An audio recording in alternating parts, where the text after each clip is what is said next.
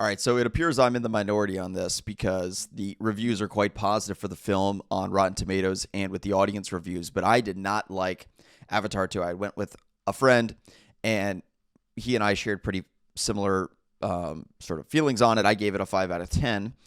Was the movie terrible? No. There's really cool things about it. For one, I saw an IMAX 3D, so the 3D is spectacular in the film. I mean, it looks incredible. It does look like you're watching a movie cutscene based upon how CGI'd it is, including all the action scenes and that sort of thing. But it's clearly mocap, and it's clearly with real actors, which does make it look more photorealistic. There's certainly cool world building here. There's some really, really cool things about the film. By the end of the film, a lot of the characters I had grown to like quite a bit. But let me just get to the heart of it and what the problems were and why I didn't like the film. The main thing, really, in my estimation, was the pacing.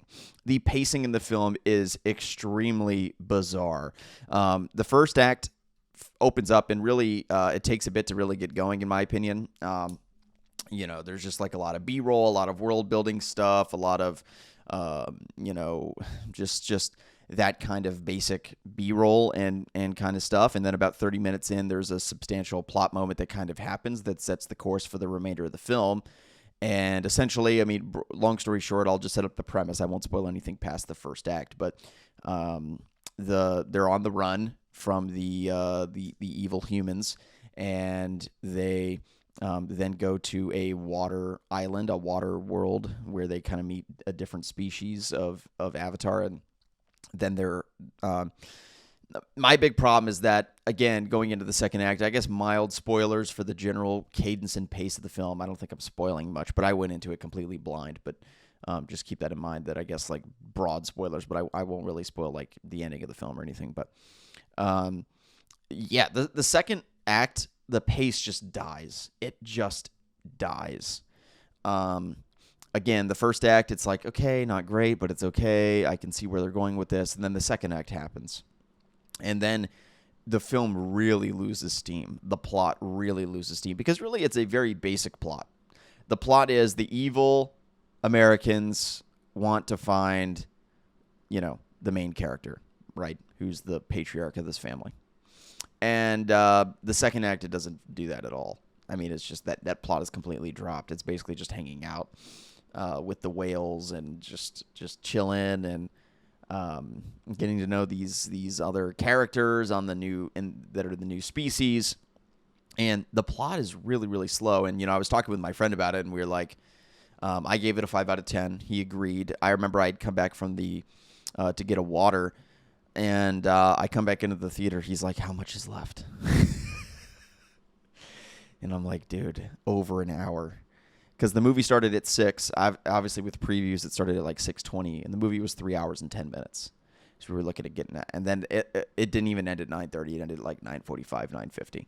I don't know where that extra 15 minutes was there. But, oh my God, this movie was long. And, the thing that I was telling my friend that I was thinking about too is I told him, with Titanic, for instance, another James Cameron movie, the first 2 hours is this like love story movie. And then the last hour is a disaster film, really like hour 15 minutes, I believe. So it's like an hour 40-minute love story, and then it's like an hour 20 minutes of chaos, mayhem, and it's a disaster film. So it kind of feels like two distinct movies. This movie is not that. It's like the first and the third act is the plot, and then the second act is just chilling, just hanging out, just building character and plot, and there's kind of like petty grievances and drama between characters that doesn't end up really mattering all that much, and it's a bizarrely paced film, and it very much so. Another thing that he had said that somebody else had told him is that it feels like you streamed an entire series of like a television series in one sitting, and that is how it feels. And in that case, it would make more sense. It's paced more like a television show than a film. It's definitely paced more like a television show. That I would have understood. And again, I don't want to shit on it too much because there are some good things about it. Again, the CGI, the graphics, the overall aesthetic of the film. It has this like grandiosity to it that every James Cameron film has. I would hope so. He's been working on the movie for like 13 years, but it definitely has that. It has that weight and levity, and you feel like you're watching something special. You feel like you're not just watching another movie. And every James Cameron film does that, right? whether it be Aliens, whether it be Titanic, whether it be the first Avatar, which is the highest grossing film of all time, or this film. You do not feel like you're just watching another shitted out, generic Hollywood film. You feel like you're watching a piece of art that a lot of time and energy has been invested into. And that's exactly what this film is. So when I critique it, please understand, I'm not saying James Cameron's a hack or anything like that. What I'm saying is just that he fulfilled his vision very clearly, I think. He did what he wanted to do with the film. It's just not a direction that I necessarily agreed with or found to be very compelling. That's my only negative thing to say about it. It is not that I didn't like the film per se based upon those sort of immutable characteristics. It's really just that the creative choices he made I wouldn't have made, and they didn't really speak to me necessarily. They didn't work for me. But James Cameron's an incredible filmmaker, and that's why I was so disappointed, to be honest, because 13 years in the making, I was expecting to be blown away a little bit. Well, I don't know. I guess I went into it with low expectations, more or less, but deep down, I was kind of thinking the whole time, like, yeah, this is James Cameron. It's going to be good. And, excuse me, I was thinking, even if it's not good, I expect there to be flashes of brilliance. And there really wasn't in the film. The plot is very, very simplistic. Again, the plot loses steam in the second act. And I would not say I was blown away by the movie really in any way, shape, or form. The third act, even then, I was so exhausted and tired by the time it happened. I was waiting for the movie to end. And that's really an unfortunate place to be where I was really throughout the entire film, checking my watch of just like, oh, fuck, okay. It's like, all right, 3 hours, 10 minutes, minus this, minus that. Like, I was doing the math the whole time to just try to figure out when this fucking movie was going to end. And that's not a good sign for the filmmaker, obviously, that goes without saying. And again, it's weird because James Cameron has made these 3-hour movies, and that was not the case in his other 3-hour films. That was not the case in Avatar 1, which is, I believe, 240. Titanic's like 3 hours and 14 minutes. The first Avatar is 240, I believe. Aliens is short in the grand scheme of things. That's like much, much shorter.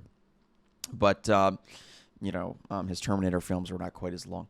But, I'm going to really just be honest. This is a disappointing entry for me into this franchise. I'm not very excited for the third entry, to be completely honest. I do think he did a better job. Sorry, I just woke up. I'm yawning again. I just think that he did a better job building up the characters. I found the characters to be a bit more likable in this film, and I liked that. It also, for me, in the first act, I was really having trouble figuring out who was who in terms of the characters because they all look the fucking same. Not to sound racist against avatars or whatever, but like they're just all blue to me. I couldn't really distinguish them. As time went on, I was able to discern them apart from one another. Although the two sons, I still couldn't pick apart by the end of the movie. And then it was also confusing because we were jumping between the evil humans and they were also avatars. And oh my God, it was a lot. But yeah, guys, I was disappointed with this movie. I do not want to see it again. It's going to be like the first Avatar for me, where I saw the first Avatar in IMAX 3D or whatever I did. I don't even know if that existed back then, but I saw it in 3D. I was kind of blown away by the visual effects, and then the movie was just, all right, not going to watch it again. And same thing with this movie, and that's a real bummer because, I mean, James Cameron's one of the best to have ever done it. He's up there with... I think he's safely in the top 5 of all-time directors, in my personal opinion. I mean, even just the fact that, like, 2 out of the 3 highest-grossing films of all time, Titanic and Avatar, are his movies. I mean, he's, like, not only really creating art, in my opinion, he's an artistic, stylistic filmmaker. Again, he's not just vomiting bullshit onto the screen and going through the motions. He actually cares about his art and his work, and I really respect that about him. I just didn't like the creative choices he made in this film, whereas I really liked the choices that he made in his prior films, such as Aliens, Titanic. And this movie just didn't really do it for me. So, my big thing that's really disappointing about this is I want to see James Cameron make other movies. I'm sick of this Avatar franchise. This movie was not very good. It did not blow me away. I want to see him make other movies. I want to see him make maybe make a different historical piece. Obviously, he made Titanic. Maybe he makes a World War II film.